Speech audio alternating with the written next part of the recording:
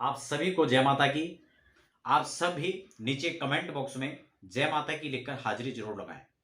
नवरात्रि, गुड़ी पड़वा और नव संवत्सर की आपको बहुत बहुत शुभकामनाएं।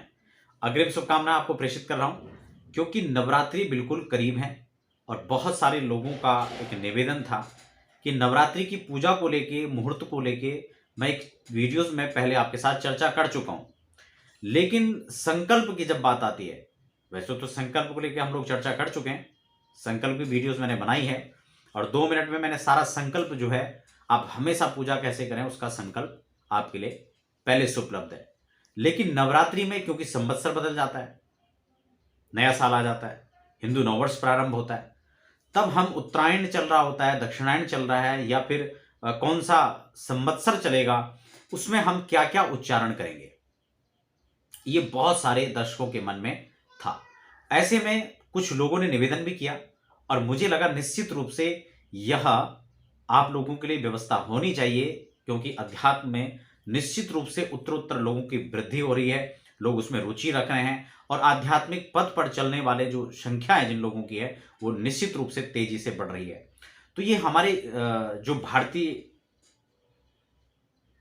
जो लोग हैं, परंपरा को फॉलो करने वाले जो लोग हैं, निश्चित रूप से उसमें अगर वृद्धि हो रही है तो ये बहुत अच्छी बात है और मैं उसके लिए पूरा प्रयास करूंगा। हम सबके लिए बहुत अच्छा रहेगा कि हम लोग निश्चित रूप से शक्ति संचय पर्व में विधि और विधान के साथ में मां जगदंबा को मनाएं। आदि दैविक, आदि भौतिक, आध्यात्मिक किसी प्रकार के त्रिविध तापों से जो हर जीव संतृप्त है, उन सबको उस पीड़ा, उस कष्ट को हरने के लिए और एक नई शक्ति का पुंज एकत्र करने के लिए नवरात्रि जैसा श्रेष्ठ समय वर्ष भर में फिर दोबारा लौटकर नहीं आता है।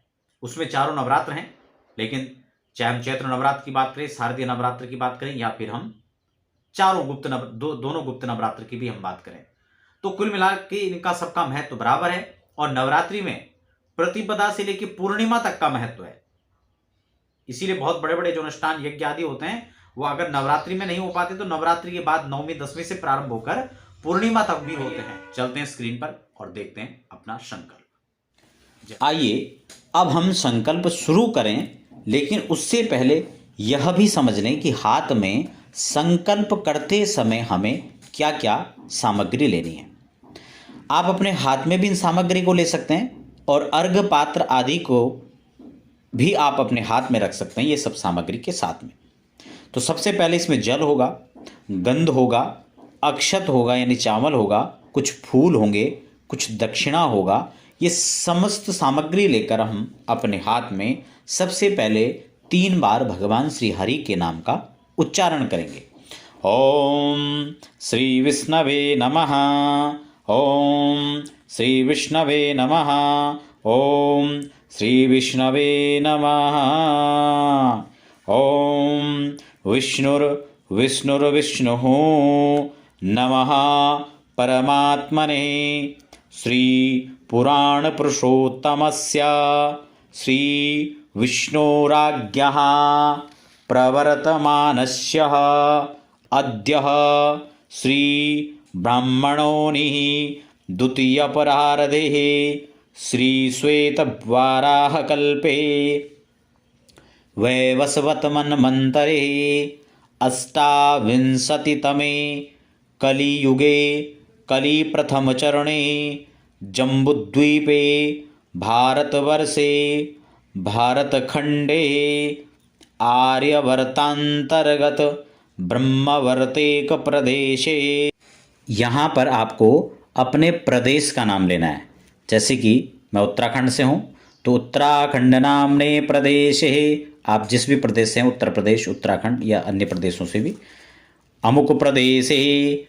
उसके बाद अपने ज़िले का नाम लेना है, फिर अपने शहर का नाम, अपने मोहल्ले या कॉलोनी का नाम और फिर आगे वर्तमान है। अब हमें यहाँ पर अयन का उच्चारण करना है।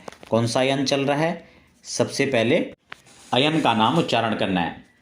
अम उत्तरायणे हैं, फिर उसके बाद उत्तर गोल बसंत ऋतो हो बौद्धावतारे यथा नाम संवत्सरे। पहले संवत्सर का नाम नल संवत्सर, अमुकायने उत्तरायणे, मांगल्य प्रदमासो उत्तम मासे, कौन सा महीना है? चैत्र मासे। अमुक पक्षे, कौन सा पक्ष है? शुक्ल पक्ष। शुक्ल पक्षे अमुक तिथो, अब तिथि में जो है पहले दिन प्रतिपदा रहेगी तो प्रतिपदा तिथो, उसके बाद द्वितीया रहेगी तो द्वितीया, जो भी तिथि रहेगी उस तिथि का नाम उच्चारण आपको करना है। तो प्रतिपदायाम सुपुण्य तिथो अमुक वासरायान्वितायाम, जो बार होगा, मान लो आज पहले दिन शनिवार है तो शनिवासर, उसके बाद रविवासर, चंद्रवासर, मंगलवासर, जैसे भी है, चंद्रवासरी, भौमवासरी, इस तरह से आप बोल सकते हैं, या सीधा शनिवार इस तरह से भी कह सकते हैं। शनिवासरायान्वितायाम अमुक नक्षत्रे, अगर आप नक्षत्र का उच्चारण भी करना चाहें तो चलेगा, जो नक्षत्र होगा, जैसे कि आज रेवती नक्षत्र है, न भी इसका करें तो चलेगा, कोई दिक्कत नहीं है। यहाँ पर अमुक नक्षत्र ही आप कह सकते हैं। अमुक राशि स्थित श्री सूर्य है, मेष राशि स्थित श्री सूर्य है, अमुक राशि स्थितेषु चंद्र भौमः बुध गुरु शुक्र शनिषु सत्सु शुभेः योगे शुभकरणे एवं गुण विशेषण विशिष्टायां शुभ पुण्यतिथो प्रतिपदायां शुभ पुण्यतिथो सकल शास्त्र श्रुति स्मृति पुराणोक्त फल प्राप्ति कामः अमुक गोत्र उत्पन्नो हम, जो आपका गोत्र है उसका यहाँ पर नाम गोत्रोच्चारण करेंगे, जैसे कि मैं अपना गोत्रोच्चारण कर रहा हूँ, भारद्वाज गोत्रीय अमुको हम। अब उसके बाद अपना नाम लेना है। अगर आप ब्राह्मण हैं तो आप शर्मा कहेंगे, अगर क्षत्रिय हैं तो वर्मा कहेंगे, अगर आप वैश्य हैं तो आप गुप्तोहम कहेंगे, और अगर आप शूद्र हैं तो आप दासो अहम कहेंगे। तो इसमें अमुक गोत्रो अहम, अमुक शर्मा हम, अपना नाम, और उसके बाद शर्मा वर्मा जो भी आप हैं वो लगाएंगे। अहम ममात्मनः सपुत्र स्त्री बांधवस्य श्रीनवदुर्गा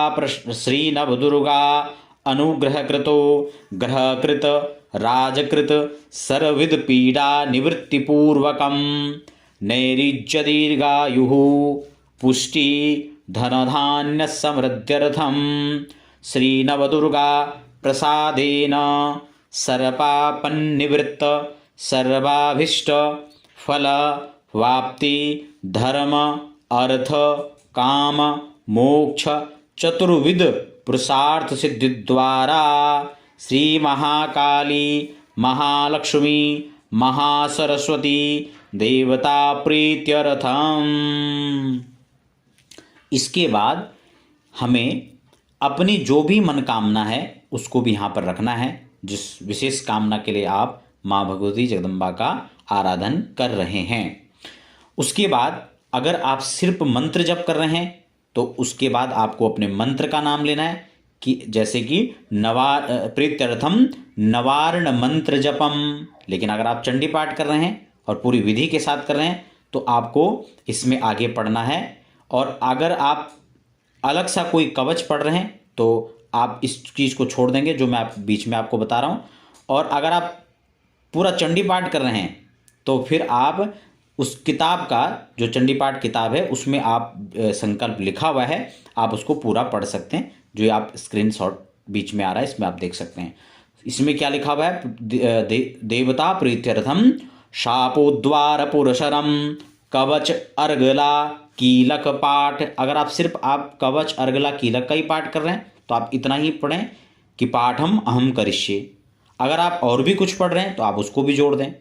और अगर आप सिर्फ नवार्ण मंत्र कर रहे हैं तो आप क्या कहेंगे? श्री महाकाली महालक्ष्मी महा सरस्वती देवता प्रीत्यर्थम, या आप ऐसे भी कह सकते हैं महाकाली महालक्ष्मी सरस्वती प्रीत्यर्थम अहम नवार्ण मंत्र जपम अहम करिष्ये। अगर आप कोई स्तोत्र का पाठ कर रहे हैं तो आप स्तोत्र का नाम लेकर अहम करिष्ये इतना कह करके आप अपना जो संकल्प है वो गणेश जी महाराज को समर्पित कर देंगे। तो इस प्रकार से आपका संकल्प हो जाता है। फिर भी आपको संकल्प में कहीं कोई दिक्कत हो रही है, कोई बात अगर आप समझ में नहीं आ पा रहा है, तो आप उसे कमेंट बॉक्स में लिख सकते हैं।